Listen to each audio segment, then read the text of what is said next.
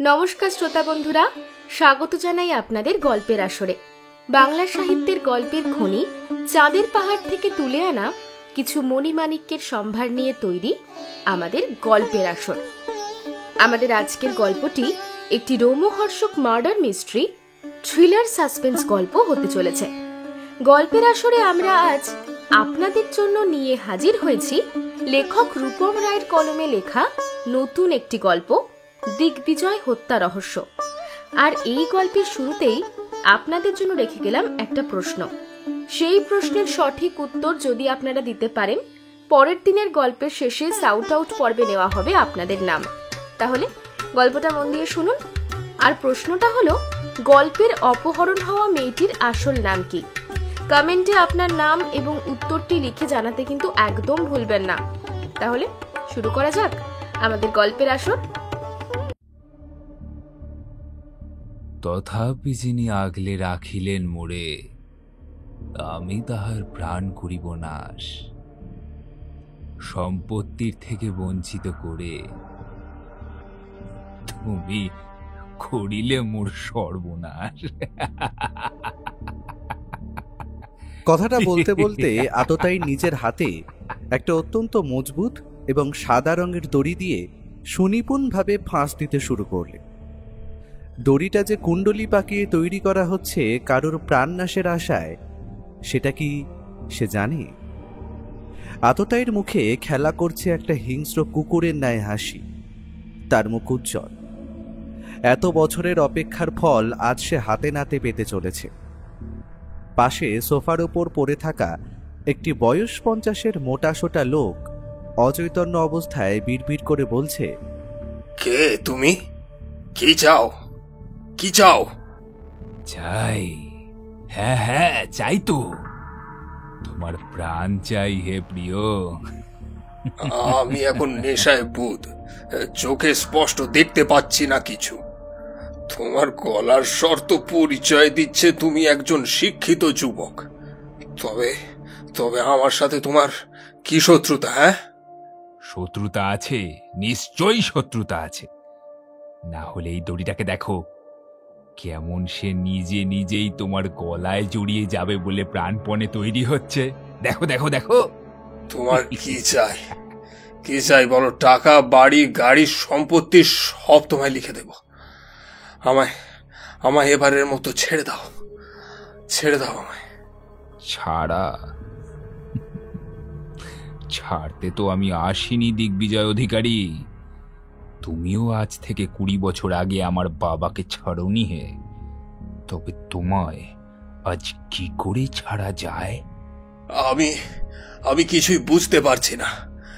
তুমি কি বলতেটা কি চাইছো? কে তোমার বাবা? কি তোমার পরিচয়? পড়বে, খুব তাড়াতাড়ি মনে পড়বে। তোমার গলার মধ্যে যখন এই দড়িটা আষ্টে পৃষ্ঠে তোমায় তীব্র যন্ত্রণাদায়ক বেদনা দেবে, গলার হাড় তীব্র আক্রোশে ভেঙে যাবে, জিভটায় কুকুরের মতো লক লক করতে করতে বাইরে ঝুলবে, তখন ঠিক মনে পড়বে দিগ্বিজয় অধিকারী, সব মনে পড়বে তখন। ওই 20 বছর আগের ঘটনা তো কারোর জানবার কথা নয়। আমি ক্ষমা প্রার্থী, আমায় ছেড়ে দাও। বাড়ি, গাড়ি, ব্যাংক ব্যালেন্স সব তোমায় লিখে দেব, কথা দিচ্ছি আমি। হে পালন কর্তা, আমাকে তুমি যথেষ্ট শিক্ষা দিয়েছ জীবনের চরম হতাশা বাঁচার রসদ। আমি পুরো জন্ম জন্মান্তরেও তোমার এই ঋণ ভুলিতে পারিব না। তাই তোমাকে মুক্তি দিলাম। আমায় ছেড়ে দাও। ঈশ্বরকে স্মরণ করো হে, ঈশ্বরকে স্মরণ করো। কথাটা শেষ করার আগেই লোকটা তীব্র গতিতে দড়িটার ফাঁসটা পরিয়ে দিল লোকটার গলায়। সঙ্গে সঙ্গে লোকটা তীব্র গতিতে নিজের হাত পা ছুঁড়তে শুরু করল। যন্ত্রণায় কাতর উল্টে যাওয়া আরশোলা যেমন নিজেকে সোজা করতে শরীরের সমস্ত শক্তি লাগিয়ে হাত পা ছুঁড়তে থাকে, ধনী ব্যবসায়ী বড় এক 5 তারা হোটেলের মালিক দিগ্বিজয় অধিকারীও নিজেকে বাঁচানোর আপ্রাণ চেষ্টা করল। তবে বাঁধ ভাঙার পর কোনো গ্রাম যেমন রক্ষা পায় না, তিনিও তেমন পেলেন না। ধীরে ধীরে তার শরীরের চালচলন শান্ত হয়ে এলো। তখন আততায়ীর মুখে লেগে আছে একটা আত্মতৃপ্তির হাসি। বাঘ যেমন নিজের শিকারকে খুবলে খাবার পর আত্মতৃপ্তির হাসি হাসে, এটাও যেন তেমনটাই। করিলে মোর সর্বনাশ।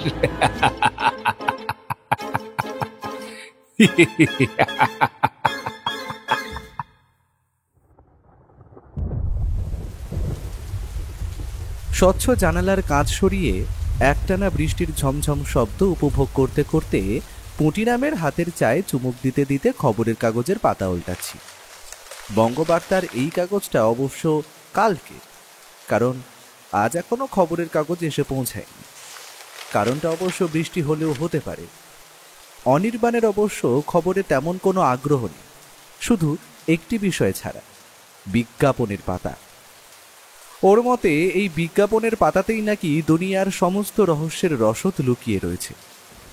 এতে দেশের বর্তমান আর্থিক পরিস্থিতির কথা জানা যায় মানুষের দৈনন্দিন চাহিদার কিভাবে ক্রম পরিবর্তন ঘটে চলেছে, কিংবা ধরুন রাজনৈতিক প্রেক্ষাপটে গড়ে ওঠা বিনোদন অথবা মূল্যবান সামগ্রীর দাম কিভাবে বেড়ে চলেছে, অথবা এমন কোনো নজরকাড়া বিজ্ঞাপন যাই আমার মতো ছাপোষা অকৃততার লেখকের জন্য বিশেষভাবে সুযোগ্য, যা কিনা আমায় খ্যাতি এনে দিতে পারে। ওইসব ছেড়ে অন্য একটা বিজ্ঞাপনের দিকে চোখ গেল। যাওয়া মাত্র বিজ্ঞাপনটা পড়তে লাগলাম। অদ্ভুত খবর। মাছে ভাতে বাঙালি নামক 5 তারা হোটেলের মালিক দিগ্বিজয় অধিকারী তার নিজের বাগান বাড়িতে আত্মঘাতী হয়েছেন। হত্যার কারণ অবশ্য গলায় ফাঁস লাগিয়ে সিলিং দিয়ে ঝুলে পড়ার কথা বলা হয়েছে। ভদ্রলোকের বয়স লেখা হয়েছে প্রায় 50 বছরের কাছাকাছি। টাকা পয়সার কোনো অভাব না থাকলেও এমন আত্মহত্যার কারণ যে কি সেটা পুলিশ অনুমান করতে পারছে না। তবে শেষে একটা নতুন ব্যাপার উদ্ধার করে পুলিশ। মৃত্যুর আগে লোকটা নাকি নিজের দ্বিতীয় পক্ষের স্ত্রীকে নিজের ফোন থেকে ছোট একটা মেসেজ করে, যেখানে লেখা ছিল তিনি এই জীবন শেষ করে দিচ্ছেন। বিজ্ঞাপনের গোটা ফিরিস্তি শুনে ও মুচকি হেসে সিগারেটে টান দিয়ে বলল, ভাইয়া, বিজ্ঞাপনের খবরটা শুনে একটু খারাপ লাগছে, কারণ না মাছে ভাতে বাঙালি নামক এই হোটেলটা খুব জনপ্রিয় আমাদের কলকাতার মানুষের কাছে তো বটেই, তবে বিদেশিরা বাইরে দিয়ে এলে তারাও সেই হোটেলেই খাবার খেতে পছন্দ করতেন। আমি কয়েক মাস আগে একটা পার্টিতে আমন্ত্রিত হয়ে সেখানে গিয়েছিলাম। সত্যি অত্যন্ত সুস্বাদু মাছের উপকরণ সহ, তার মধ্যে সর্ষে ইলিশটার কথা তো আর বললামই না। এক কথায় বলা যায় মাছে ভাতে বাঙালি। নামটা সার্থক, এরা আমাদের বাঙালি খাবারকে বিশ্বের কাছে এগিয়ে দিচ্ছিল। খবরটা শুনে মর্মাহত হলাম, কারণ এই সমস্ত বড় ব্যবসা মালিক না থাকলে শেষ হয়ে যাবার চিন্তা থাকে একটা। আমারও তাই মতামত। তবে নিজে কি একবারও খাওয়া হলো না, এটাই যা দুঃখ। খবরটা তো কাল বেরিয়েছিল, এতক্ষণে আশা করা যায় হোটেল কর্তৃপক্ষ হোটেল বন্ধ করে দিয়েছে। ভাইয়া, তোমার ওই ইচ্ছে বোধ করি পূরণ হলো না আর। হ্যাঁ, আমারও তাই বিশ্বাস। কিন্তু ভাগ্যদেবী যদি একটুকু আমার ওপর সদয় হতেন। আর কি বলি। কি আলোচনা হচ্ছে দুই বন্ধুতে ঠাকুরপো? ভাগ্য টাগ্য কি যেন একটা শুনলাম। তা বিয়ে টিয়ে করতে মন চাইলো নাকি? রক্ষে করো হে বৌঠান, রক্ষে করো। এমনিতেই নিজে কি কাল খাবো তার কোনো হিসেব নেই, তুমি আবার সাথে আরেকজনকে বেঁধে দিচ্ছ। তুমি যতই পালাবার চেষ্টা করো না, আরে তুমি বিয়ে করলে আমি তো রান্নাঘরে একটা বন্ধু পাই নাকি? তোমরা তো দুজন সারাদিন চোর ডাকাতের খুনি নিয়ে ব্যস্ত থাকো। আরে বাবা, বাড়িতে তো একটা কথা বলারও লোক চাই। তা বলে তুমি আমায় হাড়ি কাঠে মাথা দিতে বলবে বৌঠান? একদমই ঠিক ঠাকুরপো, তোমার এই চিরকুমার ব্রত আমাকেই ভাঙতে হবে যে। কথাটা শেষ করার আগেই বাইরে একটা ভারী জিপের শব্দ শোনা গেল রাস্তায়। অনির্বাণ সেটা শুনে হাসি হাসি মুখ নিয়ে বলল, বিধুবাবুর জিপ, আর সিঁড়িতে দুটো পায়ের শব্দ, সুতরাং তিনি সঙ্গে করে কাউকে এনেছেন। একটা নতুন কেস পা ফেলে সিঁড়ি দিয়ে উঠে আসছে মনে হচ্ছে। ভাইয়া, কুটিরামকে বলো 4 কাপ চা বসাতে। ওর অনুমানই সঠিক হলো। ঘরের দরজা খোলার সাথে সাথেই প্রবেশ করলেন বিধুবাবু এবং একজন বয়স 40-এর ভদ্রলোক। দুইজনেই নমস্কার জানিয়ে ওর দিকে তাকিয়ে আমি ওনাদের সোফায় বসতে বললাম। দুইজনেই সেখানে বসলে। তা অনির্বাণ, তোমায় তো দেখছি বেশ ভালোই দিন কাটাচ্ছ। কেস টেস তেমন একটা হাতে নেই নাকি? বিধুবাবু, আপনি যদি এই অধমকে ভুলে যান তাহলে আর কিভাবে নতুন কেস পাবো বলুন? আমি তো সর্বদা নিজেকে সত্য অনুসন্ধানেই ব্যস্ত রাখতে চাই। কেউ যদি আর না ডাকে কি করি বলুন? সেই জন্যই তো এই ভদ্রলোককে তোমার কাছে নিয়ে এলাম। উনি তোমার কাছে সাহায্য প্রার্থী। তবে ওনার কেসটা অত্যন্ত গুরুত্বপূর্ণ এবং তাড়াতাড়ি সমাধান করা চাই কিন্তু অনির্বাণ। লালবাজারে বড়বাবু থাকতে দ্রুত সমাধানের জন্য আমার কাছে ব্যাপারটা ঠিক হজম হলো না কিন্তু বিধুবাবু। আমি সবটা বুঝিয়ে বলছি অনির্বাণ বাবু। নমস্কার, আমার নাম রাজেন বসু। বয়স প্রায় 46-এর কাছাকাছি। আমি আজ আপনার কাছে উপস্থিত হয়েছি আমার মেয়ের জন্য। মেয়েটাকে আমি পাচ্ছি না অনির্বাণ বাবু। আজ থেকে নয়, পরশুদিন রাত থেকে। আপনাকে আপনাকে যে করেই হোক ওকে খুঁজে দিতে হবে। কথাটা বলতে বলতে ভদ্রলোকের গলার স্বর জড়িয়ে এলো। বুঝলাম তিনি নিজের মেয়ের চিন্তায় নিজেকে আর সামলাতে পারছেন না। রাজেনবাবু, আপনি শান্ত হন। এই সময় আপনাকে সব থেকে বেশি শক্ত হতে হবে। আমি সবটা শুনতে চাই, কি কি ঘটেছে। পুরো ঘটনা না জানলে কিছুতেই আপনাকে কিন্তু আমি সাহায্য করতে পারবো না। আপনি যতটা জানেন ততটা খুলে বলুন আমায়।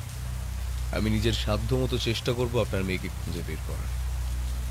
আসলে আমার মেয়ে সুনন্দা বসু কাজ করতো একটি বড় 5 তারা রেস্তোরাঁয়। সেই হোটেলটির কথা আপনারাও হয়তো বহুবার শুনেছেন। আমার মেয়ে সেখানে হোটেল ম্যানেজারের পিএর কাজ করত।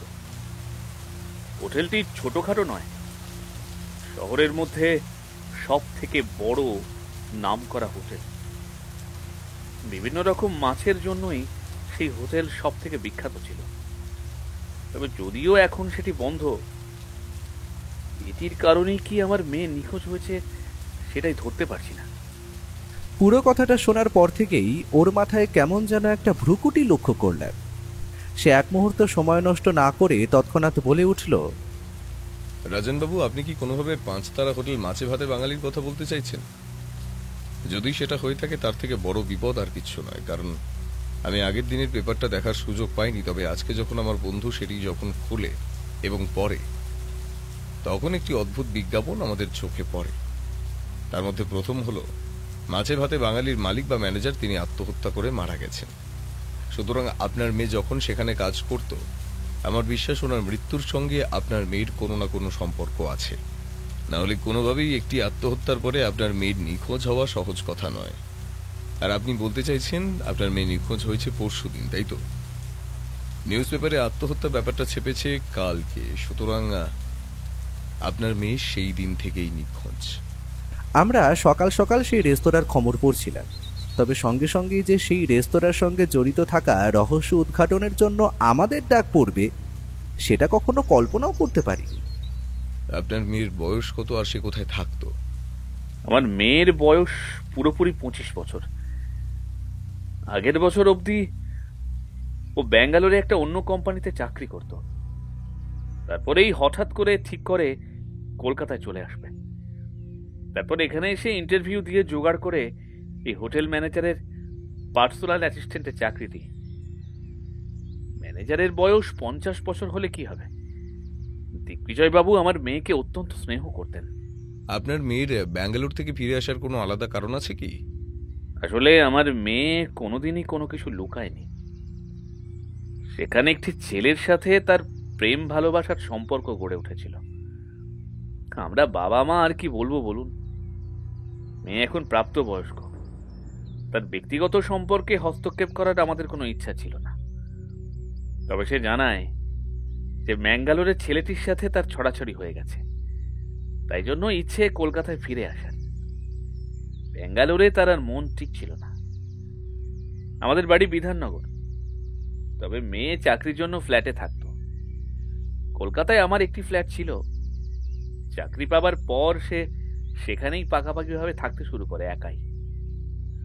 ওই সপ্তাহে একদিন বা ছুটির দিন সে বাড়ি আসতো, বা আমরা দুজনেই তার কাছে যেতাম দেখা করতে।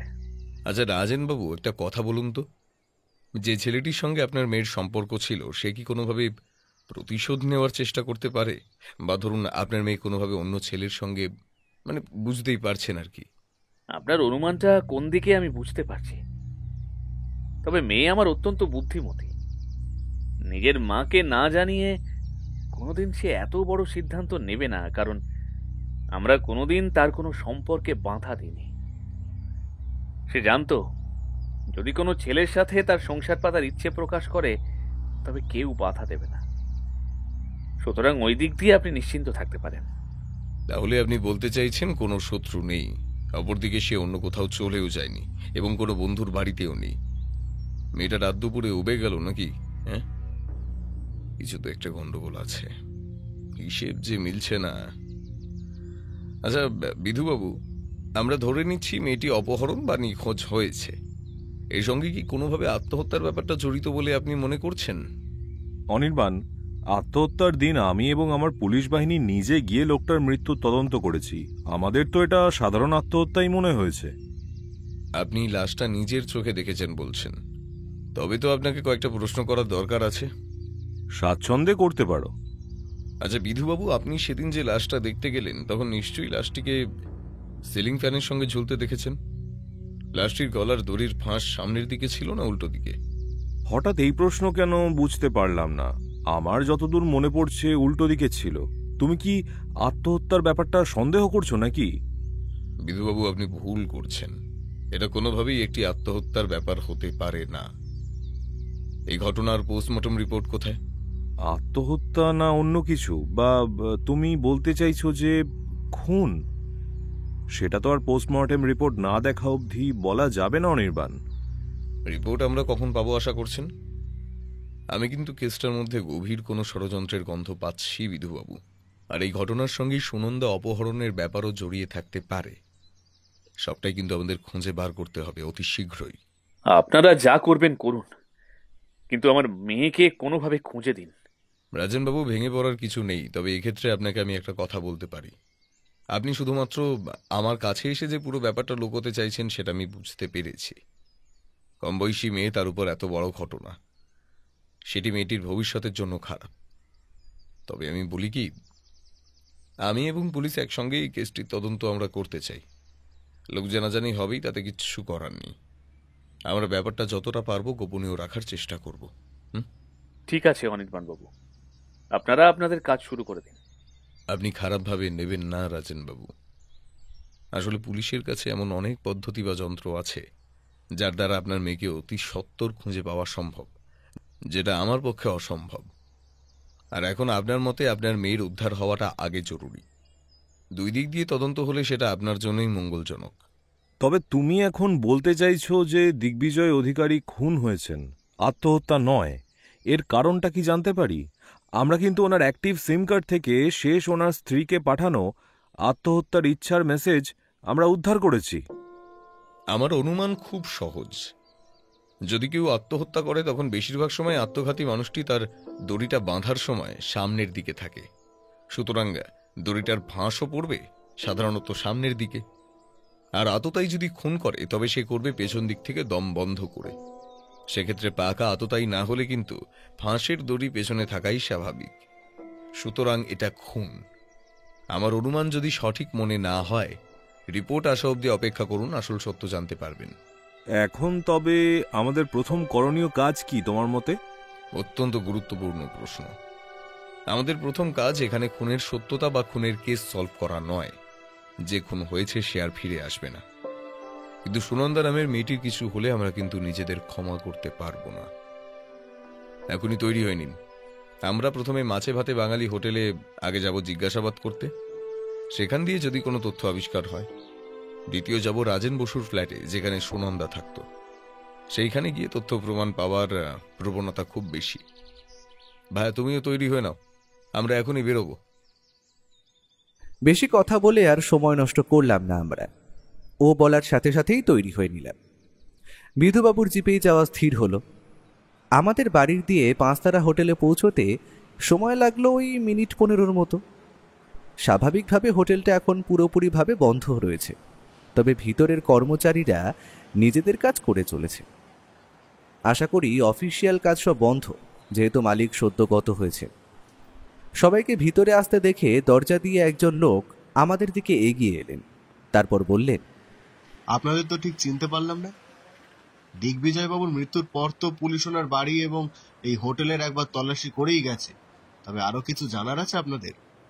ও কোনো রকম ভনিতা না করেই তৎক্ষণাৎ বলে উঠল, তোমাদের হোটেলে কাজ করতো একটি মেয়ে, তার নাম সুনন্দা বসু। পরশুদিন রাত থেকে তাকে খুঁজে পাওয়া যাচ্ছে না। তোমরা যদি তার ব্যাপারে কিছু জেনে থাকো তবে আমায় বলো, এবং তার যদি কোনো ওয়ার্কিং ডেস্ক বা নিজস্ব কোনো রুম থাকে অফিসে, তবে আমাদের সেটা একবার দেখতে হবে। এবং অফিসে তার যদি কোনো ভালো বন্ধু থেকে থাকে তবে তার সঙ্গেও আমরা কথা বলবো, কারণ না, মেয়েটিকে খুঁজে পাওয়া অত্যন্ত দরকারি। কি, সুনন্দা নিখোঁজ হয়েছে? এ তো বড় অদ্ভুত ব্যাপার হলো। সে তো কোথাও কাউকে না বলে যাওয়ার মতন মেয়ে নয়। হোটেলে সবার সাথে তার ভালো সম্পর্ক ছিল। তবে তার মধ্যে আকাশ বলে সমবয়সী ছেলে, তার সাথে বন্ধুত্বপূর্ণ সম্পর্ক ছিল তার। আপনারা তার সঙ্গে কথা বলে দেখতে পারেন, সে যদি কিছু জেনে থাকে। আর আপনারা যদি ওনার ওয়ার্কিং ডেস্কটা একবার দেখতে চান তবে চলে আসুন, আমি নিজে দেখাবো। আকাশ নামক ছেলেটিকে আগে খবর দাও তাড়াতাড়ি। আর এই হোটেলে এখন বর্তমান মালিককে? শুনলাম তো পুরো হোটেলটা একবার তল্লাশি চালানো হয়েছে পুলিশের তরফ থেকে। এখন এই হোটেলের বর্তমান মালিক বা কাজ চালানোর জন্য থাকবেন দিগ্বিজয়বাবুর দ্বিতীয় পক্ষের স্ত্রী নীলিমা বসু এবং নীলিমার ভাই আছে, যারা দুইজনেই একসাথে এখন হোটেলের কাজ দেখাশোনা করছেন। দিগ্বিজয়বাবুর কোনো নিজস্ব সন্তান? হ্যাঁ, সে থাকবে না কেন, প্রতাপ আছে তো। তবে সে বাপের বিজনেস কিছু দেখতে চায় না, হোটেলের কাজে সে ইন্টারেস্টেড নয়। তার নাকি সফটওয়্যারের বিজনেস করার ইচ্ছা। টাকা চাওয়া নিয়ে বাপের সাথে কতবার তো কত কথা কাটাকাটি হয়েছে, আমরা নিজেদের কানে শুনেছি। তাই আমাদের বিশ্বাস ব্যবসার দিক ওনার ছেলে দেখবেন না। বলাও যায় না, সম্পত্তি পেলে হয়তো এই হোটেল অন্য কারোর কাছে বিক্রি করে দেবে। আপনারা আমায় ডেকেছেন শুনলাম, কেন, কিছু কি হয়েছে? হ্যাঁ, তোমার সমবয়সী বন্ধু সুনন্দা যে আমাদের হোটেলে কাজ করত, তাকে নাকি খুঁজে পাওয়া যাচ্ছে না। ওনারা তার জন্য তোমাকে কিছু প্রশ্নের উত্তর জিজ্ঞাসা করবে। যতটা তুমি জানো ওনাদের সাহায্য করো। এ কি বলছেন? সুনন্দা তো পরশুদিনও অফিসে এসে কাজ করে গেল। সে আমার অফিসের কলিগ বটে, তবে তার থেকে বেশি আমি কিছু জানি না। তবে পরশুদিন রাতের বেলার দিকে সে আমাকে একটা অদ্ভুত মেসেজ পাঠায়। আমি তখন অতটা গুরুত্ব দিইনি, কারণ সে মাঝে মাঝেই মজা করত। এই যে সেই মেসেজ। এই বলে সে নিজের মোবাইলটা আমাদের দিকে বাড়িয়ে দিল। সেখানে চ্যাটে দেখা যাচ্ছে, লেখা রয়েছে, all victory in huge travel, something wrong. এটাই শেষ মেসেজ। এবং সেটা দেখলাম পাঠানো হয়েছে 7টা বাজার ঠিক 5 মিনিট আগে। সেটা দেখে ও বলল, ঠিক আছে, এখানের কাজ মোটামুটিভাবে শেষ। আমাদের এবার সুনন্দার ওয়ার্কিং ডেস্কটা দেখাও তো। আকাশ নামক ছেলেটি আমাদের সেখানে নিয়ে গেল। ও এবং বিধুবাবু দুজনেই চারপাশটা খুঁজে দেখল, তবে সেই রকম কিছু আবিষ্কার করতে পারলো বলে তো মনে হলো না। এমন সময় হঠাৎ করেই আকাশ একটা ব্যাপার লক্ষ্য করে বলল, সুনন্দার ওয়ার্কিং ডেস্কে তো ওর ল্যাপটপটা থাকার কথা ছিল, সেটা তো দেখছি না। সে কিন্তু খুব প্রয়োজন না হলে সেই ল্যাপটপটি নিয়ে বাড়ি যায় না। আমি বুঝতে পারলাম ও ব্যাপারটা ভালো করে মাথায় গেঁথে নিল। তারপর আমরা এগিয়ে গেলাম রাজেন বসুর ফ্ল্যাটের উদ্দেশ্যে। ফ্ল্যাটের নিচে পৌঁছবার সাথে সাথেই রাজেনবাবুর মুখটা কেমন যেন লাল হয়ে উঠল। বুঝলাম তিনি নিজের মেয়ের নিখোঁজ হয়ে যাওয়ার ব্যাপারটা সবাইকে জানাতে চান না, তাই হয়তো লজ্জায়। সে যাই হোক, ফ্ল্যাটের নিচের দারোয়ান আমাদের হাতে ঘরের চাবি তুলে দিল। আমরা আর দেরি করিনি, তাড়াতাড়ি ঘরের দরজা খুলে প্রবেশ করলাম ফ্ল্যাটের ভিতরে। তবে তেমন কিছু উদ্ধার করা গেল না। একটা মেয়ের ঘরে সাধারণত যা থাকার সেটিই আছে। তবে ও তল্লাশি করে জানালো ঘরেও তার ল্যাপটপটি নেই, সুতরাং তার ল্যাপটপটি মিসিং। আমরা ফ্ল্যাট বন্ধ করে বেরিয়েই আসছিলাম, এমন সময় ফ্ল্যাটের অপর প্রান্তের ঘরটির থেকে বেরিয়ে আসলেন একজন বয়স 50-এর মহিলা। আরে রাজেন বাবু, দেখছি আপনি অনেকদিন পর তো। কাল দিয়ে তো আমি সুনন্দাকে দেখতেই পাচ্ছি না। সে কি কোথাও গেছে নাকি?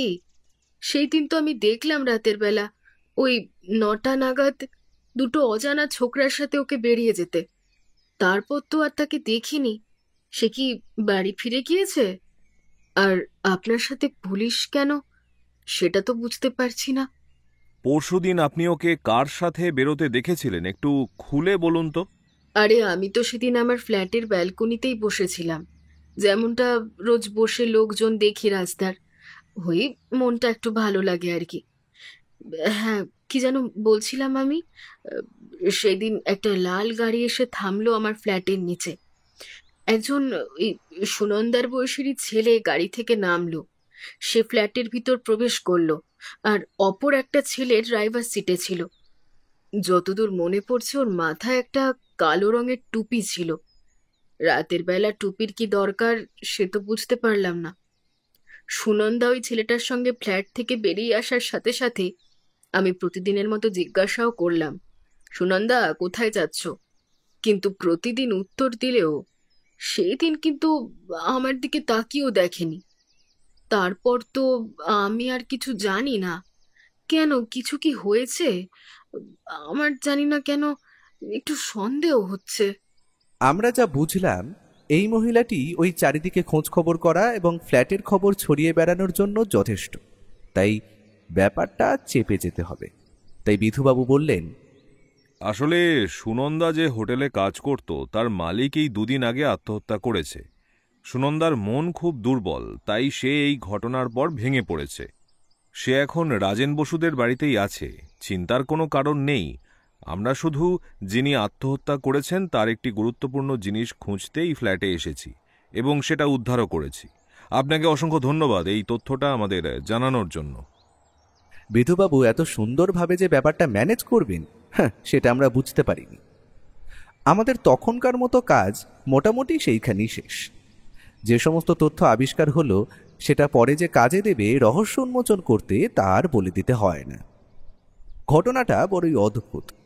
আমরা বাড়ি ফিরে গেলাম। তবে রাতের দিকে বিধুবাবুর কাছ থেকে ফোন এলো যে পোস্টমর্টেম রিপোর্ট এসেছে। দিগ্বিজয়বাবু আত্মহত্যা করেননি, কেউ তাকে পরিকল্পনা করে হত্যা করেছে। ওর অনুমানই সঠিক হলো। এরপর জানি না কি রহস্য অপেক্ষা করে আছে আমাদের জন্য, তার আর শেষ নেই। রাতে আমি আর ও যখন খাওয়া দাওয়া সেরে ব্যালকনিতে দাঁড়িয়ে কথা বলছি, তখন ব্যাপারটা একটু গুছিয়ে নিলাম। ও এমনিতে সিগারেট খাওয়া অনেকটা কমিয়ে দিয়েছে, তার কারণ অবশ্য বউঠান। কিন্তু রাতের বেলা খাওয়া দাওয়া শেষে তার একটা সিগারেট না হলে চলে না। তাই একটা সিগারেট জ্বালিয়ে সেটা একটা বড় শুক টান দিয়ে বলল, এখনো পর্যন্ত আমাদের হাতে যে তথ্যগুলো এসেছে সেগুলো বড়ই অদ্ভুত বন্ধু। যেমন?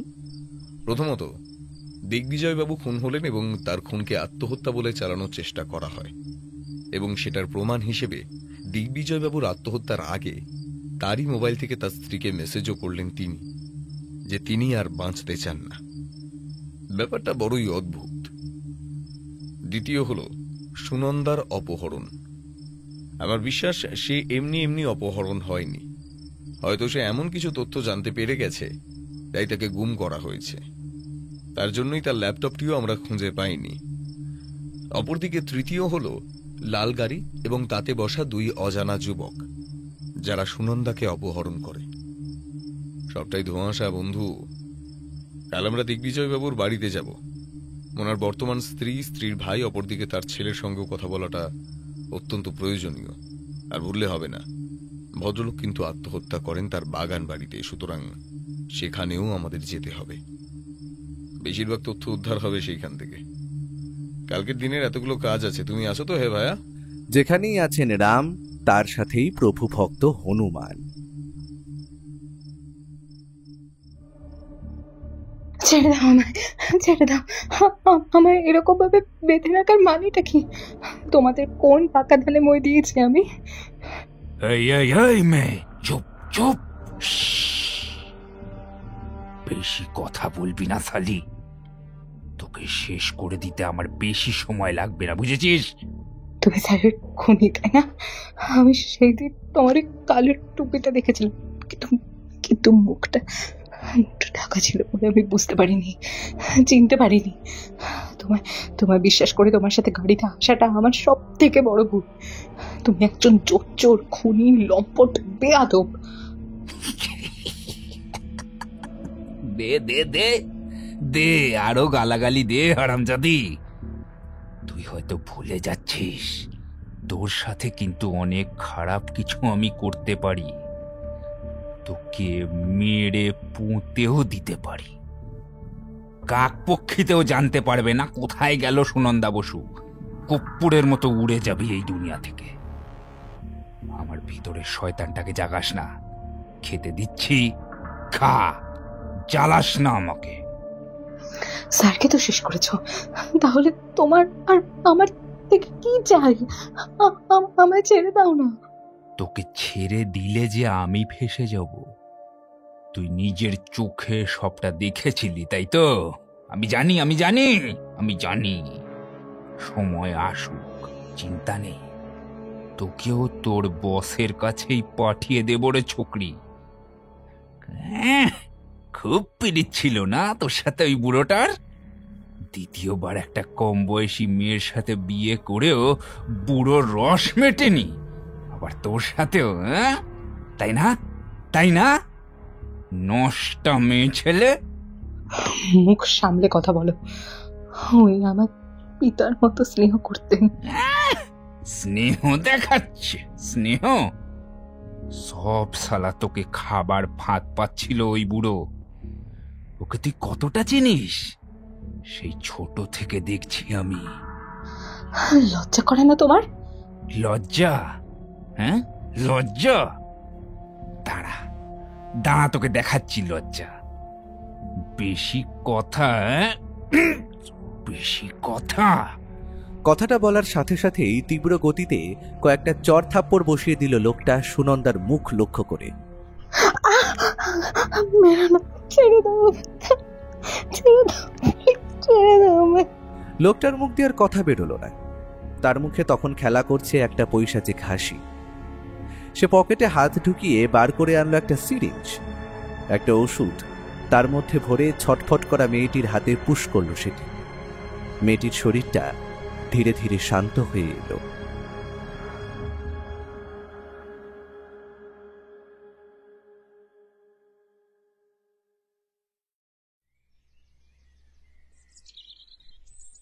সেদিন সকাল সকাল ঘুম ভাঙল পাখিদের কলকাকলিতে। ও আগে উঠেই তার সমস্ত যোগ ব্যায়ামের কাজ সেরে নিয়েছে। আমি উঠে তার কাছে গিয়ে একটা বড়সড় হাই তুলে বললাম, তা ভায়া, প্রথমে কোন দিকে যাবে বলে ঠিক করলে? এখনো অবধি ইচ্ছে আছে বেলা 10টা নাগাদ দিগ্বিজয় অধিকারীর বাগান বাড়ি, যেখানে ওনার মৃত্যু ঘটেছিল, সেই স্থানে দারোয়ানের সঙ্গে কথা বলা দরকার। এতটা পাহারা থাকা সত্ত্বেও অতটাই অনুপ্রবেশ ঘটল কিভাবে? বুঝলাম। আর তারপরেই আশা করি আমরা যাব দিগ্বিজয় অধিকারীর দ্বিতীয় পক্ষের স্ত্রী নীলিমা অধিকারীর সাথে কথা বলতে, তাই তো? আমার হিসাব বলে আজ রবিবারও আছে, সুতরাং আমরা দিগ্বিজয়বাবুর ছেলে প্রতাপবাবুর সঙ্গেও দেখা হওয়ার সম্ভাবনা রয়েছে। আর নীলিমা দেবীর ভাই তো আশা করি ওই বাড়িতেই আছেন। অপরদিকে বাড়ির সমস্ত কর্মচারীদেরও বয়ান নেব। তার জন্য তো পুলিশের সাহায্য লাগবে হে। বিধুবাবু আমাদের সঙ্গে ওই 11টা নাগাদ দেখা করবেন। আমরা একসঙ্গেই দিগ্বিজয়বাবুর বাড়িতে যাব, তাতে কাজটা সহজ হবে। তোমার কি বিশ্বাস সুনন্দা নামের মেয়েটিকে অপহরণকারীরা সঠিকভাবে রেখেছে তো? তার কোনো ক্ষতি হোক সত্যিই আমরা চাই না। রাজায় রাজায় যুদ্ধ হয়, উলুক আগ্রার প্রাণ যায়, আবার কি? আমার বিশ্বাস সে খুনের ব্যাপারে অদ্ভুত তথ্য আবিষ্কার করেছিল, তাই জন্য তাকে সরিয়ে দেওয়া হয়েছে। তবে আমরা ঠিক তাকে উদ্ধার করব। আমরা সকালের খাবার এবং চা খেয়ে তৈরি হয়ে বেরিয়ে পড়লাম একটা ট্যাক্সি নিয়ে দিগ্বিজয়বাবুর বাগান বাড়ির উদ্দেশ্যে। আজ রবিবার, সকাল হওয়ায় কলকাতার রাস্তায় তেমন একটা ভিড় নেই। সত্যি ব্যস্ত শহরটা এই ছুটির দিনগুলো নিজেকে কেমন একা করে রাখে। ও কাল রাতেই বিধুবাবুর থেকে ফোন করে বাড়ির ঠিকানাটা জোগাড় করে রেখেছিল। আমি এইসব কথা ভাবছি, হঠাৎ করেই এমন সময় ও হাসি হাসি মুখে বলল, বুঝলে ভায়া, আমার হিসাব বলছে কোনো টিকটিকি আমাদের পেছনে লেগেছে। ওকে বুঝতে দেওয়া যাবে না আমরা ব্যাপারটা লক্ষ্য করছি। আমি পেছনে ফিরে রাস্তার দিকে তাকানোর মতো বড় ভুলটা করতেই যাচ্ছিলাম, হঠাৎ ওর দিক থেকে ধমকের সুরে ভেসে এলো, পেছনে তাকালে ওরা বুঝে যাবে, দেখার দরকার নেই। একটা লাল রঙের গাড়ি, ড্রাইভারের মুখে মাস্ক আর মাথায় একটা কালো রঙের টুপি। অনেকক্ষণ ধরেই আমাদের পেছনে আছে। আমাদের ড্রাইভার কয়েকবার সাইড দিলেও সে এগিয়ে যায়নি, সুতরাং আমার অনুমান ভুল হবার প্রশ্নই আসে না। আমরা ঠিক 15 মিনিটের মাথায় নামলাম দিগ্বিজয় বাবুর বাগান বাড়ির বড় গেটের সামনে। লাল রঙের গাড়িটা আর দেখতে পেলাম না। বাড়ির পাঁচিল বেশ উঁচু, আর ভিতরে একটা ফোয়ারা এবং বড় বাগান লক্ষ্য করলাম। বাড়ির গেটে কোনো দারোয়ানকে না দেখে আমরা একটু হতাশ হলাম বটে, তবে ওর দিকে তাকিয়ে দেখি সে হাসি হাসি মুখ করে এগিয়ে যাচ্ছে বাড়ির উল্টো দিকের একটি চায়ের দোকানে। চায়ের দোকানে লোকজন তেমন একটা নেই। সে ধীরে সুস্থেই দোকানি লোকটিকে প্রশ্ন করল, এই বাড়িটির দারোয়ান কোথায় গিয়েছে বলতে পারবেন? আমার অত্যন্ত দরকার আছে তার সঙ্গে। চায়ের দোকানের লোকটা পেছনের দিকে কাঠের তক্তার উপর বসা একটা লোককে দেখিয়ে দিল। সেই লোকটি আমাদের দিকে এগিয়ে এসে নিজেকে দারোয়ান বলে পরিচয় দিল। তবে পোশাকের বাহার দেখে একে দারোয়ান বলতে আমার কেমন যেন লাগছে। সে যাই হোক, ও তাকে উদ্দেশ্য করে বলল, আচ্ছা, তোমার সঙ্গে একটু কথা বলার আছে, তোমার মনিবের মৃত্যুর ব্যাপারে। এখানে বলবে না একান্তে? তা বাবু, আপনারা বুঝি পুলিশের লোক? হ্যাঁ, ধরতে পারো। আমরা তোমার মনিবের ব্যাপারটা তদন্ত করছি। আপনারা ওপারে বাড়ির বারান্দায় চলুন, সেখানে কথা হবে। বলে লোকটি রাস্তার দিকে পা বাড়ালো, আর আমরা তার পেছন পেছন। তবে এমন একটা ঘটনা যে ঘটে যাবে তা আমি স্বপ্নেও কল্পনা করতে পারিনি। ব্যাপারটা আমার চোখের সামনে এতটা তাড়াতাড়ি বা আকস্মিকভাবে ঘটল তা বলার আমার ভাষা নেই। কারণ দারোয়ান লোকটা রাস্তা পার করে ওপারের দিকে যেতে যাবে, ঠিক সেই সময় অপর দিক থেকে তীব্র গতিতে একটা লাল গাড়ি ধেয়ে এলো তার দিকে। ও যে কতটা চনমনে তখন সেটা লক্ষ্য করলাম আমি। সে এক লাফে গিয়ে ধাক্কা মারল লোকটাকে, সঙ্গে সঙ্গে সেও ডিগবাজি খেয়ে পড়ল পাশের রাস্তায়। লাল গাড়িটা ততক্ষণে দ্রুত গতিতে পাশ কাটিয়ে হারিয়ে গিয়েছে অপর কোনো গলির মধ্যে। দারোয়ানের হাতে পায়ে ভালো মতো কয়েকটা জায়গায় ছুড়ে গেছে। আমি বুঝতে পারলাম কেউ বা কারা চায় না আমরা এই দারোয়ানের সাথে কথা বলি, তাই তারা পুরোপুরিভাবে এই দারোয়ানটিকে শেষ করে দিতে চেয়েছিল। কি রহস্য লুকানোর চেষ্টা করা হচ্ছে এখানে? আমরা কি পারবো সেই রহস্যের সমাধান করতে? সে যাই হোক, ও এখন লোকটার হাতে এবং পায়ে ছড়ে যাওয়া জায়গাগুলোয় ফার্স্ট এড করে দিল। একটা মলম এবং হালকা জল খেয়ে লোকটা একটু ধাতস্থ হয়েছে। এতক্ষণ সে একটা ভয়ের ঘোরের মধ্যে ছিল। হয়তো মৃত্যুকে এতটা কাছের থেকে সে কোনোদিন দেখেনি। ও সময় নষ্ট না করে তার উদ্দেশ্যে প্রশ্ন করল, তোমার মনিব যে খুন হলো তার খবর কি তুমি রাখো?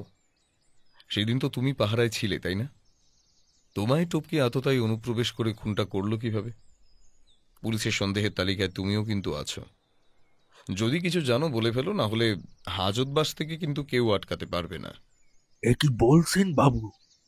মনিব তো খুন হয় নাই, তিনি তো আত্মহত্যা করেছেন। আর আমি মুখ্য সূক্ষ্ম মানুষ, কিছুই জানি না। সকালে ডিউটি করতে আসি, বিকালের মধ্যেই কাজ শেষ করে ফিরে যাই। পুলিশের পোস্টমর্টম রিপোর্ট এসে গেছে, ওনাকে কেউ খুনই করেছে, এটা প্রমাণিত। তুমি থাকতে খনিতে প্রবেশ করা মানে এটা তো তোমার গাফিলতির জন্য, এবং এসবের জন্য তো তোমার জেলও হতে পারে। দারোয়ান লোকটা এবার কাঁদো কাঁদো গলায় বলল, বাবু, আমি কি করব বলুন? মনিব তো যেমনটা মাঝে মাঝেই আসতেন এই বাড়িতে, তেমনই এলেন সেই দিনও। আমার ডিউটি ততক্ষণে শেষ। এর পরের রাতের দারোয়ান তখন আসতে আধা ঘন্টা বাকি। মনিব প্রতিদিনের মতো আমায় আনতে পাঠালেন, মানে পানীয়। বুঝতেই পারছেন, কাজ শেষে আমি বকশিস কিছু উপরি পাই এই কাজের জন্য। তাই আধা ঘন্টার জন্য বাবুকে বাড়িতে রেখে আমি বেরিয়েছিলাম একটু। আর সেই আধা ঘন্টার মধ্যে খুনি লুকিয়ে প্রবেশ করেছিল বাড়ির ভেতরে, আর সে লুকিয়েছিল বাড়ির কোনো কোনায়। তুমি কাজ শেষ করে বেরিয়ে যাওয়ার পর হয়তো কাজটা সারে সে। তা মনিবের আত্মহত্যার খবরটা যখন তুমি পাও তখন তুমি কোথায় ছিলে? কাজ শেষ করে বাড়ি যাই আমি, তারপর একটু তাস পিটাইতে বের হই। লাশ তো আবিষ্কার করে রাতের দারোয়ান, সেই পুলিশকে ফোন করে ডেকে আনে। আমি এর মধ্যে নেই বাবু, আমি যা জানি সবটা আপনাদের বললাম। আমায় ছেড়ে দিন এবার। ঠিক আছে, এখন জানলাম, তবে কাজ ছেড়ে বা শহর ছেড়ে পালাবার চেষ্টা করো না, তাতে তোমারই মঙ্গল। আজুটি কেমন? তুমি এই ওষুধগুলো লাগাতে থাকো, সেরে যাবে। আমরা বাড়ির গেটটা খুলে বাইরে বেরিয়ে আসতেই দূরের গলিতে আবার লক্ষ্য করলাম সেই লাল গাড়িটাকে। আমাদের দেখেই সে গলির মধ্যে দ্রুত গতিতে মিলিয়ে গেল। ও খালি হাসি মুখে বলল, চায়ের দোকানে চলো, ওখানে একটা সিগারেট ধরি, একটু চা খাই। ততক্ষণে আশা করি বিধুবাবু জিপ নিয়ে চলে আসবেন। তারপর একসঙ্গে দিগ্বিজয়বাবুর বাড়ির দিকে যাওয়া যাবে। কোন দারোয়ানের কথা শুনে কি বুঝলে? একটা ব্যাপার খুব স্পষ্ট, যে লোকটা খুন করেছে সে দিগ্বিজয়বাবুর উপর নজর রাখছিলেন, বা তার কাছের কেউ। কারণ দিগ্বিজয়বাবু ঠিক কোন সময় বাগান বাড়িতে আসেন এবং দারোয়ান কতটুকু সময় বাড়ির বাইরে থাকে সবটা সে জানত। দারোয়ানও তো এই ব্যাপারে জড়িয়ে, আততায়ীকে সাহায্য করতে পারে। কথাটা উড়িয়ে দেওয়া যায় না। তবে আমি মানুষ চিনি, এটা ঘটার সম্ভাবনা খুবই কম। আর এই গরিব মানুষগুলোর কাছে টাকা কম থাকতে পারে, তবে এদের মতো বিশ্বস্ত মানুষ কিন্তু খুব কম হয়। যাই হোক, দেখা যাক। ওই তো বিধুবাবুর জিপ আসছে। বিধুবাবুর জিপে করে আমরা পৌঁছলাম দিগ্বিজয়বাবুর নিজস্ব বাড়িতে। রাস্তায় আস্তে আস্তে ও বিধুবাবুকে বলল, বিধুবাবু, আমার বিশ্বাস আমাদের উপর কেউ নজর রাখছে।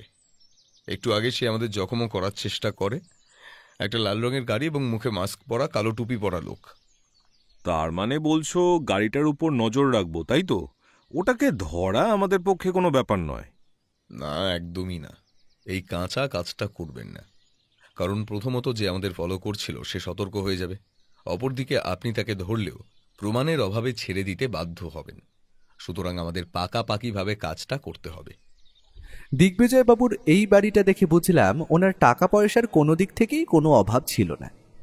গ্যারেজে এবং বাইরে মোট মিলিয়ে 7 থেকে 8টা গাড়ি দাঁড়িয়ে থাকতে দেখলাম। বিধুবাবু আসবেন আগে থেকেই ফোন করে দিয়েছিলেন। আমরা বাড়ির ভেতর গিয়ে বৈঠকখানায় বসতেই একজন কম বয়সী ছেলে আমাদের দিকে এগিয়ে এলো। প্রতাপবাবু কোথাও বেরোচ্ছেন নাকি? ও, আপনারা এসেছেন। আসলে আমি ঠিক খেয়াল করতে পারিনি। হ্যাঁ, তা বলুন, কিসের জন্য আগমন শুনি? দেখুন, আমি কিন্তু আপনাদেরকে বেশি সময় দিতে পারবো না। কিছু বড় অর্ডার এসেছে, সামলাতে হবে। বাবা মারা যাওয়ার সঙ্গে সঙ্গেই আপনি দেখছি ব্যবসার হাল নিজের হাতে নিয়ে নিয়েছেন। আপনাকে তো ঠিক চিনলাম না, আর দেখে তো পুলিশের লোক বলেও মনে হচ্ছে না মিস্টার। এই অধম একজন সত্যান্বেষী। আপনারা যাকে পোশাকি ভাষায় গোয়েন্দা বলেন। কি দিনকাল পড়েছে। বলি, পুলিশের আজকাল বুদ্ধির বড্ড অভাব পড়েছে নাকি, যে ভাড়াটে গোয়েন্দাদের দিয়ে কাজ করাতে হচ্ছে? বিধুবাবু এবং ও দুইজনেই অপমানটা স্রেফ হজম করে নিল। ও বলল, আপনার বাবার মৃত্যুতে তো দেখছি আপনি তেমনভাবে শোকাহত নন। তো এটার কারণ কি জানতে পারি? আর ব্যবসার অর্ডার বলতে আপনি কি হোটেলের কথা বলছেন? জানতো, আপনার মতো এমন টিকটিকি রোজ দেখি আমি। দেখুন, আমার সময় নষ্ট করবেন না, ঠিক আছে? প্রতাপ, তুমি আর একটাই রকম কথা বললে আমি ভুলে যাব তোমার বাবা দিগ্বিজয় অধিকারী ছিলেন। রাস্তা দিয়ে হাত করা পরিয়ে টানতে টানতে থানায় নিয়ে যাব। সেটা ভালো হবে না আশা করি। আর সবথেকে বড় কথা হলো, তোমার বাবা যে খুন হয়েছেন সেই খবর কি তুমি রাখো? উনি এটি আবিষ্কার করেছেন প্রথম। ছেলেটা এবার একটু নরমভাবে বলল, আমায় ক্ষমা করবেন, কিন্তু বাবা খুন হয়েছেন এটা কি করে হতে পারে? পোস্টমর্টেম রিপোর্ট তাই বলছে, তাই আমাদের সরাসরি তদন্তে নামতে হচ্ছে। আর এই বাড়ির সবাইকে আমাদের সাথে কথা বলে সাহায্য করতে হবে কেসটার জন্য। আমার আগের দুটো প্রশ্নের উত্তর কিন্তু আমি এখনো পাইনি প্রতাপ। দেখুন, বাবার মৃত্যুতে আমার একটুও শোক নেই। তার অনেক কারণ রয়েছে। প্রথমত, উনি আমার মায়ের অ্যাক্সিডেন্টে মৃত্যুর পর একজন আমার বয়সী মেয়েকে বিয়ে করে ঘরে আনেন। আর তখন থেকেই আমার ওনার ওপরে বড্ড রাগ জন্মায়। আর আমি কোনোদিনই বাবার ব্যবসায় আসতে চাইনি। তিনি জোর করে আমাকে ওটায় চাপাতে চাইতেন, কিন্তু আমার ইন্টারেস্ট সফটওয়্যার নিয়ে। আমি সেটার জন্য বাবার কাছে টাকাও চেয়েছিলাম, আর তিনি তা রিফিউজ করেন। আপনি বলুন না, এত কিছুর পরেও আমার রাগ হওয়াটা কি স্বাভাবিক নয়? আর সব থেকে বড় কথা হলো, আমার ওই লোকটার ওপর থেকে জানি না কেন একদম ভক্তি উঠে গিয়েছিল। সুতরাং ওনার কোনো ব্যাপারে আমি ইন্টারেস্টেড নই। হ্যাঁ, মৃত্যু ঘটেছে এবং আমি কিছু টাকা হাতে পেয়েছি, আর তাই দিয়েই একটা নিউ বিজনেস স্টার্ট করছি। তার মানে আপনি আপনার বাবার হোটেলের ব্যবসা পুরোপুরিভাবে ছেড়ে দিচ্ছেন? হ্যাঁ, বলতেও পারেন। কারণ দেখতেই পাচ্ছেন, এখন সেইগুলো সবই বাবার ওই দ্বিতীয় পক্ষের স্ত্রী আর ওনার ভাই অংশুর। আমি নিজে আমার যা সম্পত্তি তা পুরোটাই বুঝে নিয়েছি, তবে বাবাকে হাত করে ওরা কখন যে হোটেলটা নিজের নামে লিখিয়ে নিয়েছে সেটা আমি জানতাম না, ঠিক আছে? ওকে, সো আমার কাছে এখন আর সময় নেই, তো আমি কি আসতে পারি? এখনকার মতো জিজ্ঞাসা শেষ, তবে ভবিষ্যতে দরকার পড়তে পারে। ধন্যবাদ প্রতাপ বাবু। বাড়ির ওই দুজনের সঙ্গে একটু বুঝে কথা বলবেন, ঠিক আছে? আমার বিশ্বাস ওরাও কিন্তু বাবাকে সম্পত্তির জন্য খুন করতেই পারে। আসতে পারি? মহিলার কথাটা শোনার সঙ্গে সঙ্গে প্রতাপ হন হন করে বেরিয়ে গেল। বুঝলাম মহিলার সাথে ওনার সম্পর্ক তেমন একটা ভালো নয়। আসুন আসুন নীলিমা দেবী, প্রথমেই জানিয়ে রাখি আপনার স্বামীর কিন্তু আত্মহত্যায় মৃত্যু ঘটেনি, তিনি খুন হয়েছেন, আর আমরা সেটারই তদন্তের জন্য এখানে এসেছি। দেখুন, এটা অসম্ভব, কারণ কয়েকদিন থেকেই ওর স্বভাবটা কেমন অস্বাভাবিক লাগছিল। বারবার বলছিল যে ও নাকি কি একটা পাপ করেছে, বারবার পুরনো স্ত্রীর কথা খুব চিন্তা করছিল, তার জন্য খুব ড্রিঙ্কও করছিল। সুতরাং মনের অবস্থা যে তেমন একটা ভালো ছিল না সেটা তো আর বলতে লাগে না আলাদা করে। আমি অনেকবার ওকে বুঝতে চেষ্টা করেছিলাম, কিন্তু তাতে ব্যর্থ হই, এবং শেষে ওর ফোন থেকে যে শেষ আত্মহত্যার মেসেজটা ওটা আমি পাই। সুতরাং আমি মনে করি না যে এটা কোনো খুন। আমার বিশ্বাস যে আপনাদের কোনো ভুল হচ্ছে। হ্যাঁ নীলিমা দেবী, সেটা হলেও হতে পারে। আচ্ছা, আপনাকে কটা প্রশ্ন। মানে ধরুন, আপনাদের তো বয়সের এতটা পার্থক্য ছিল, তবে বিয়ে করার মানে? কেন? কোনো কম বয়সী মেয়ের সঙ্গে কোনো বেশি বয়সের পুরুষের কি বিয়ে হতে পারে না? দেখুন, বিদেশে গিয়ে তারা কতটা উন্নত। আর ওর সঙ্গে আমার কয়েকটা বিজনেস পার্টিতে দেখা হয়েছিল, তারপর থেকে সম্পর্ক গড়ে ওঠে, আর তারপরেই বিয়ে। আপনার ঘরে এত যে ছবি দেখছি নাচ এবং গানের, আপনি কি কোনোভাবে? হ্যাঁ, একদম ঠিক ধরেছেন। আমি নাচ গান দুটোই করি, আর আমার ইচ্ছেও আছে যে একটা নাচ এবং গানের স্কুল খুলব। হয়তো এবার সেই দিকেই স্বপ্নটা বাস্তবায়িত করব। ওই যে গিটারটা দেখছি, ওটা খুব সুন্দর তো।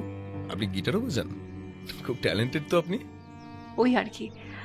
আচ্ছা, আপনারা বসুন, আমি ভাইকে ডেকে দিচ্ছি আর চা নিয়ে আসছি, কেমন? মহিলা উঠে যাওয়ার সাথে সাথেই ঘরে প্রবেশ করলেন একজন বয়স 87 পুরুষ। ইনি যে নীলিমা দেবীর ভাই তাতে কোনো সন্দেহই নেই। ও কিন্তু সেই দিকে কোনো নজর নেই, কারণ সে একটা দেওয়ালে ঝোলানো ফটোগ্রাফের দিকে দেখছে। ওটা দিদির লাস্ট বার্থডের ছবি, যেখানে সবাই উপস্থিত ছিলেন। নয়বাবুকে দেখুন, এখানে কত হাসি খুশি মনে হচ্ছে। জলজন্ত মানুষ কিভাবে যে এই সিদ্ধান্তটা নিলেন, আর কি বলি।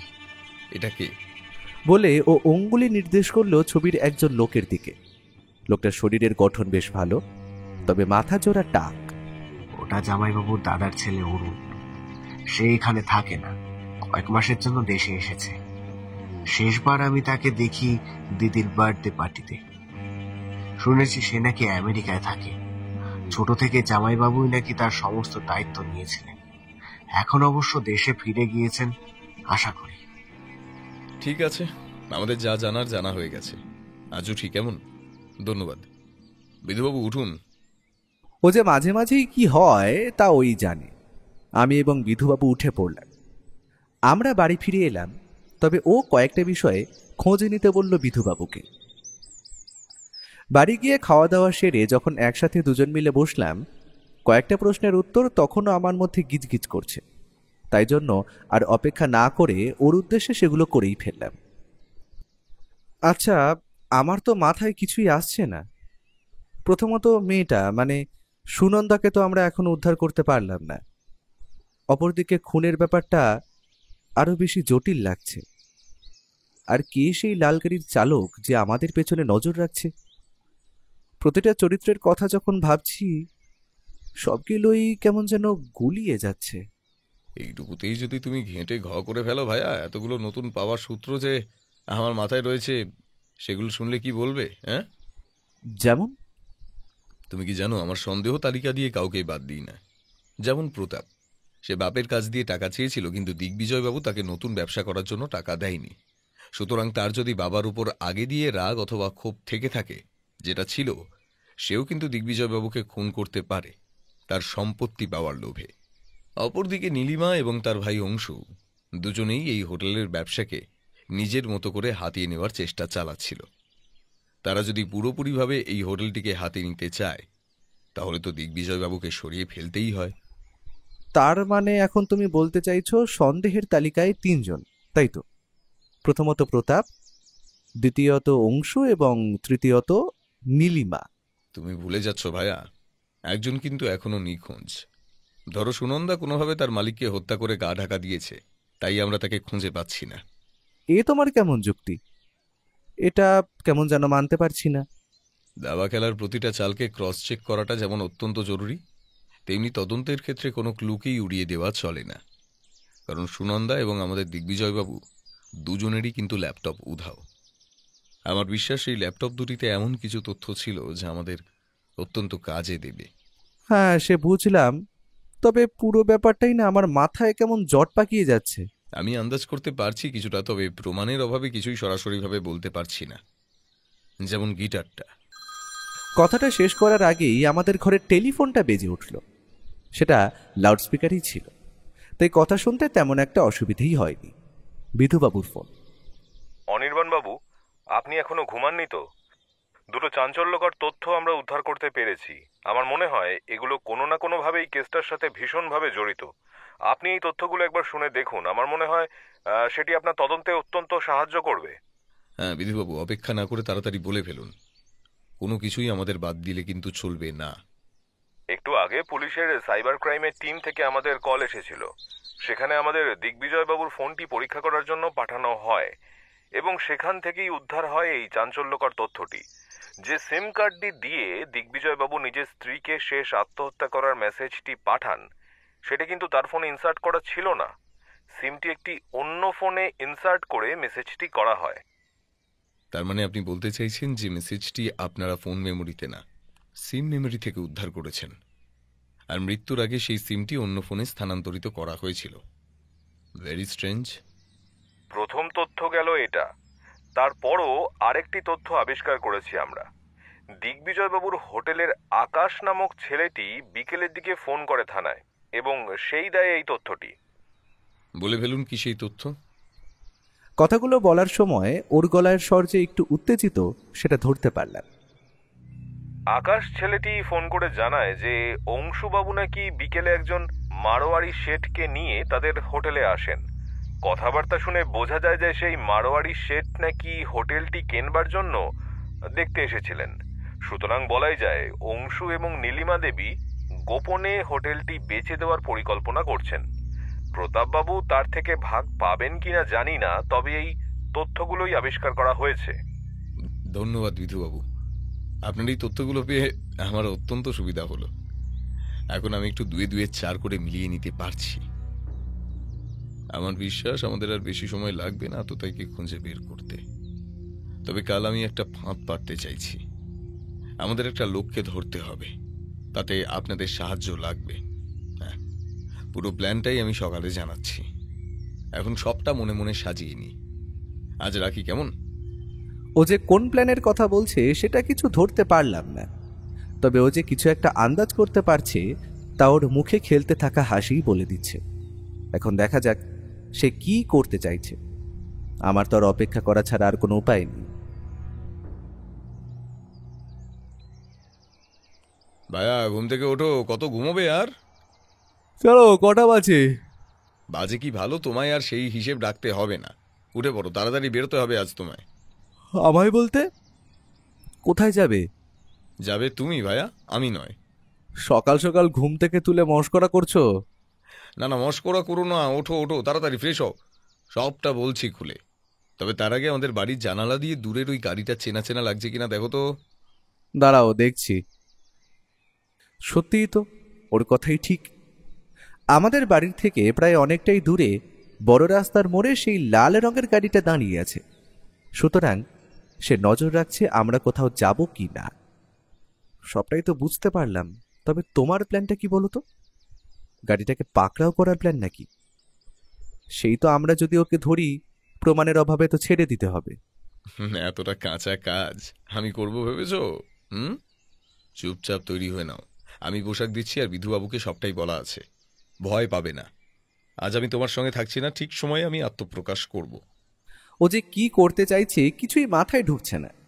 তবে কয়েক মিনিটের মধ্যে ফ্রেশ হয়ে চা খেয়ে আমায় ওর নিজের একটা পোশাক দিয়ে দিল। তারপর সমস্ত ব্যাপারটা ঠিকমতো বুঝিয়ে দিল। আমিও ব্যাপারটা শুনে মোটামুটিভাবে প্রস্তুত এই অভিযানটায় ওকে সাহায্য করতে। ওর বলা কথা মতো আমি খাওয়া দাওয়া শেষ করতেই আমাদের বাড়ির বাইরে একটা পুলিশ জিপ দাঁড়িয়ে থাকতে দেখলাম। সেটাই যে বিধুবাবু থাকবেন না তা আগে থেকেই ঠিক করা ছিল। আমি তাড়াতাড়ি একাই গাড়িতে উঠে বসলাম। সাথে সাথেই কম বয়সী পুলিশ ছোকরা ধীরে ধীরে জিপ স্টার্ট দিল। আমাদের গাড়ি এগিয়ে চলল বড় রাস্তার দিকে। সবটাই আগে দিয়েই ঠিক করা ছিল। তবে আমি আর চোখে চেয়ে দেখে নিলাম ইঁদুর গর্তে পা দিয়েছে। কারণ লাল গাড়ির লোকটা আমাকে ও মনে করে আমার গাড়ির পিছু নিয়েছে। আর সেটাই হলো সব থেকে বড় নৈতিক জয় আমাদের। কারণ লাল গাড়ির পেছনে অন্য সাদা রঙের ট্যাক্সিতে ততক্ষণে বিধুবাবু এবং ও লাল গাড়িটার পেছনে ধাওয়া শুরু করেছে।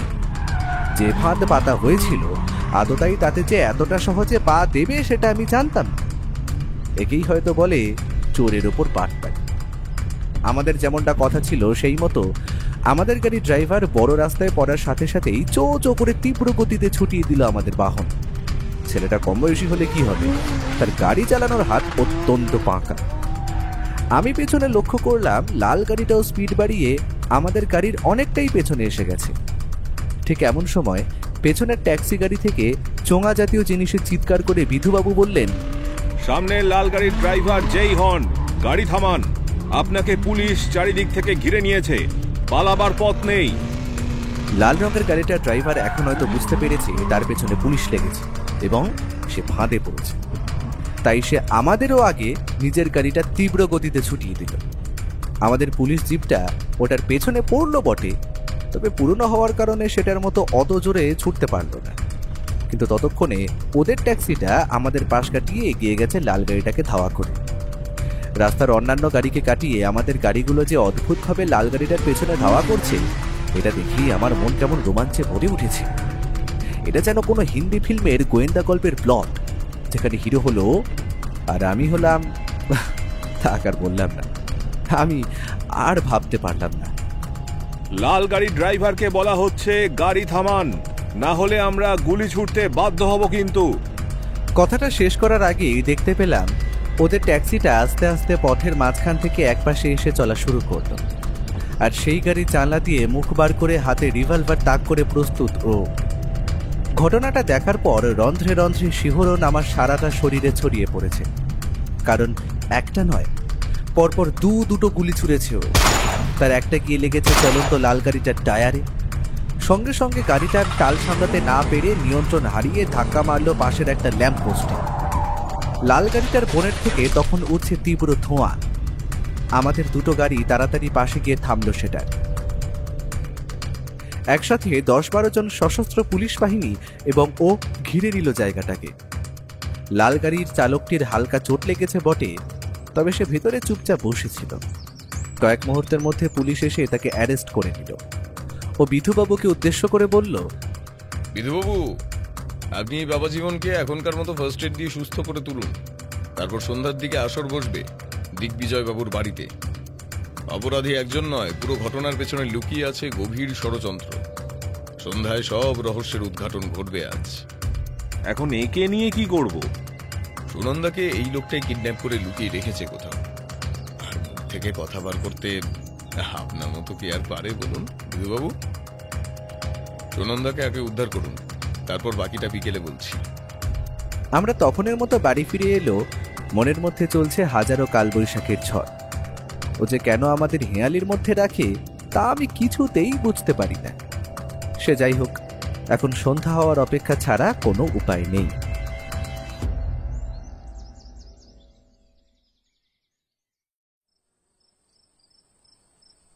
আমরা এখন সকলে মিলে উপস্থিত হয়েছি দিগ্বিজয়বাবুর বাড়িতে। সেখানে উপস্থিত আছেন বিধুবাবু, দিগ্বিজয়বাবুর ছেলে প্রতাপ, তার স্ত্রী নীলিমা এবং নীলিমার ভাই অংশু। অপরদিকে উপস্থিত হয়েছেন সশস্ত্র পুলিশ বাহিনী এবং সাথে সকালে ধরা পড়ে যাওয়া লোকটি। পুলিশের হাতে ভালো মতোই ধোলাই হয়েছে সেটা আর বলে দিতে হয় না। হাতে ব্যান্ডেজ এবং মাথায় একটু ব্যান্ডেজও জড়ানো দেখলাম। সুনন্দার বাবা রাজেনবাবু উপস্থিত হয়েছেন সেখানে। ওনার মেয়ে এখন সম্পূর্ণভাবে সুস্থ। পুলিশি জেরার মুখে পড়ে সবটা উগরে দেয় লোকটি। পুরো ঘরটায় তখন একটা নিস্তব্ধতা বিরাজ করছে। কারো মুখে কোনো কথা নেই। একটি পিন মেঝেতে পড়লেও সেইটার শব্দ অবধি শোনা যাবে এমন স্পষ্ট পরিবেশ।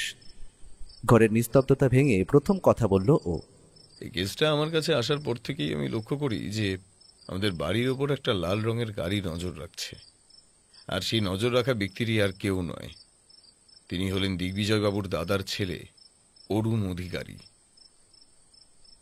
আজ আমরা ওনাকে অদ্ভুতভাবে গ্রেফতার করি। এটা সকলের জানার দরকার ছিল, তাই বলে দিলাম। এখন পরপর সমস্ত ঘটনার কথায় আসব। আপনি কি কিছু বলতে চান অরুণবাবু? লোকটার দিক থেকে যে কোনো রকম উত্তর আসবে না সেটা ওনার মুখ দেখেই বোঝা গেল। আপনি বলবেন না যখন আমি শুরু করি কেমন? প্রথম ঘটনা হচ্ছে আমাদের দিগ্বিজয়বাবুর আত্মহত্যা। আসলে সেটি কোনো আত্মহত্যাই নয়, ওনাকে বুঝে শুনে ষড়যন্ত্র করে খুন করা হয়েছিল। আমি সেটা বুঝতে পারলাম যখন আমি জানলাম দিগ্বিজয়বাবুর ঝুলন্ত দেহের দড়িটা ছিল পেছনের দিকে। আসলে আত্মহত্যা করলে কোনো মানুষের দড়ি কখনো পেছনের দিকে থাকবে না। আর পোস্টমর্টম রিপোর্ট আসার পর ব্যাপারটা প্রমাণিতও হয়। খুনের ঘটনায় পরে আসছি। এরপর রাজেন বসু আমার কাছে ছুটে আসেন নিজের মেয়ের অপহরণের তদন্ত আমার হাতে দেওয়ার জন্য। আর সব থেকে বড় ব্যাপার আবিষ্কার করি যে দিগ্বিজয়বাবুর ব্যাপারে সুনন্দা অনেক কিছু জানত। সে ওনার পার্সোনাল অ্যাসিস্ট্যান্ট তো ছিলই। আমায় খারাপভাবে নেবেন না রাজেনবাবু, কিন্তু আমি বলতে বাধ্য হচ্ছি, আপনার মেয়ের সঙ্গে দিগ্বিজয় অধিকারীর একটু অন্যরকম সম্পর্ক গড়ে উঠেছিল। এখানে প্রথমে আমি চলে যাব প্রতাপ বাবুর কাছে। আপনি বুঝতে পেরেছিলেন না যে আপনার মাকে খুন করা হয়েছিল? লুকোনোর চেষ্টা তো করেছিলাম, তবে আপনি যখন বুঝতে পেরেই গিয়েছেন তাহলে আর লুকিয়ে লাভ নেই অনির্বাণ বাবু। হ্যাঁ, আমার বাবাই আমার মাকে খুন করেছিলেন এবং সেটাকে একটা অ্যাক্সিডেন্ট হিসেবে দেখিয়েছিলেন। গাড়ির ব্রেক ফেল ছিল আগে থেকেই, আর সেটা আমার বাবাই করিয়েছিলেন। আর এই সব কিছুর পিছনে কারণ একটাই ছিল, কারণ ওই নষ্টা মেয়ে ছেলেটা কি প্রেমের বশে যে ফাঁসিয়েছিল ওই নীলিমা আমার বাবাকে, তা আমি বলতে পারবো না। মায়ের শেষ কাজ সম্পূর্ণ হতে না হতেই তিনি বিয়ে করেন একে। বুঝতে পেরেছি, তুমি ঠিক কথাই বলেছ প্রতাপ। ওনারা মানে নীলিমা এবং তার ভাই দুজন মিলে 1 বছর ধরে ফাঁসাচ্ছিলেন তোমার বাবাকে। নীলিমার ইচ্ছে ছিল সে শহরের বুকে বড় একটা নাচ এবং গানের স্কুল দেবে, অপরদিকে অংশুর টাকার লোভ ছিল। তাই দুইজনেই বিভিন্ন বিজনেস পার্টিতে যাওয়া শুরু করে আর প্রেমের জালে জড়িয়ে দেন দিগ্বিজয়বাবুকে। তিনি একটু কম বয়সী মেয়েদের প্রতি দুর্বল ছিলেন, সেটা আর বলে দিতে হয় না। শেষ অবধি নিজের স্ত্রীকে হত্যা করেন এবং বিয়ে করেন ওনাকে। মিথ্যা মিথ্যা মিথ্যা! ও আমাকে ভালোবাসতো আর নিজেই আমার নামে ওর পুরো একটা হোটেলের ব্যবসা তুলে দিয়ে গিয়েছিল। আপনি কি বলতে চান? হ্যাঁ, আমি খুন করেছি ওকে? এর কোনো প্রমাণ আছে আপনার কাছে? হ্যাঁ, ঠাকুর ঘরে গিয়ে আমি তো কলা খাইনি। আমি কি একবারও বলেছি আপনারা খুন করেছেন? ধৈর্য ধরুন, সব প্রশ্নের উত্তর পাবেন। তাহলে খুনটা ঘটলো কিভাবে? খুব ভালো প্রশ্ন বিধুবাবু। আমাদের দিগ্বিজয়বাবু রোজ বিকেলে ওনার বাগান বাড়িতে যেতেন ড্রিঙ্ক করতে, আর সেইটারই সুযোগ নেয় আততায়ী। আসলে আততায়ী জানতো যে ওনাকে মারার এর থেকে ভালো সুযোগ আর হবে না। আসলে ছোট থেকেই দিগ্বিজয়বাবুর উপর ওনার অত্যন্ত রাগ এবং ক্ষোভ ছিল। সেই দিনও দিগ্বিজয়বাবু ওনার বাগান বাড়িতে যান ড্রিঙ্ক করতে, আর সেই সময় ঘনিয়ে আসে তার শেষ নিঃশ্বাস। কারণ হিংস্র কুকুরের মতো পেছনেই অপেক্ষা করছিল আততায়ী। আষ্টে পৃষ্ঠে দড়ির ফাঁস জড়িয়ে খুন হন দিগ্বিজয়বাবু। কিন্তু সব থেকে অদ্ভুত ব্যাপার ঘটে সেই স্থানে, কারণ সেই সময় ওনার সঙ্গে ল্যাপটপে মিটিংয়ে ছিলেন সুনন্দা, আর পুরো খুনের ঘটনাটা সে দেখে এবং ছবিও তুলে রাখে তার ডিভাইসে। আর একটা বোকা কাজ করে বসে মেয়েটি। সে সেই প্রমাণ পুলিশকে না দিয়ে দেয় অংশুবাবুকে। সে তো জানতো না যে খুনি নীলিমা এবং তার ভাই তিনজনই জড়িত ছিল এই খুনের পেছনে। প্রত্যেকেরই চাই পুরো সম্পত্তি, এখানে সম্পত্তির পরিমাণ এতটাই বেশি যে 3 জনের সেটা ভাগ করতে অসুবিধা ছিল না। আর সেটা ভাগ বাটোয়ারা হতো লিগ্যাল উপায়, কারণ স্বামীর মৃত্যুর পর বর্তমান স্ত্রী মালিক হবেন। তবে এইখানেই আবির্ভাব হয় এই অধমের। আর আমি কিছু কিছু সূত্র ধরে ফেলি। যেমন আমি খবর পাই অংশুবাবু তলে তলে একজন মারোয়ারি শেঠকে হোটেলটা বিক্রি করে দিতে চাইছিলেন। ওনার হয়তো সেই হোটেলটি চালাতে পারবেন না বলে একটা লিগ্যাল উপায় দেখিয়েই সেটি বিক্রি করে পুরো টাকাটা হাতিয়ে নিয়ে পালাতে চাইছিলেন। তবে হোটেলের একজন বিশ্বস্ত স্টাফ আমাকে এই সূত্রটা জানায়, আর সবটা আমি তক্ষুনি বুঝতে পারি। অনির্বাণ, এখনো আমরা এটা বুঝতে পারলাম না যে এই খুনটা কে করেছে। এবার সবশেষে আসল প্রশ্নের উত্তরের পালা। আচ্ছা অরুণবাবু, আপনি তো আমেরিকায় থাকেন, তবে এখানে এসে আবার ফিরে না যাওয়ার কারণটা কি জানতে পারি? কি বলবেন না? ঠিক আছে, আমি বলছি। ছোট থেকে কাকা সমস্ত খরচ দিয়ে ওনাকে বিদেশে পড়তে পাঠান। তবে এক কানাকড়িও সম্পত্তি যেটা ওনার বাবার অংশে ছিল সেটি তিনি দেননি। তাই রাগে আর ক্ষোভে নিজের কাকাকেই হত্যা করলেন এই অরুণ অধিকারী। আর সব থেকে বড় ইন্টারেস্টিং ফ্যাক্ট হলো উনি ওনার কাকার আত্মহত্যাকে পুলিশের কাছে প্রমাণ করার জন্য কাকার ফোন থেকে আত্মহত্যার মেসেজ পাঠাবেন ঠিক করেন। তবে উনি ফোনের পাসওয়ার্ড জানতেন না, তাই তাড়াতাড়ি সিমটি নিজের ফোনে ইনসার্ট করে মেসেজটি করেন। নিন বিধুবাবু, আপনার সমস্ত আসামি। কি করবেন আপনি দেখুন, আমার কাজ তো শেষ এখানে। সেই দিনের মতো আমরা দিগ্বিজয় বাবুর বাড়ি থেকে ফিরে আসি। তবে পরে জানতে পারি প্রতাপ নিজের বিজনেসও শুরু করার সাথে সাথেই বাবার হোটেলের ব্যবসার হালও নিজেই ধরেছে। মাছে ভাতে বাঙালি হোটেল তার ঐতিহ্য বহন করে চলবে আরও অনেক বছর। তবে প্রতাপ বাবুর থেকে ধন্যবাদপত্র আর সাথে যে পরিমাণ টাকা ও পেয়েছে তাতে ওর 3 মাস শুয়ে বসে কেটে যাবে।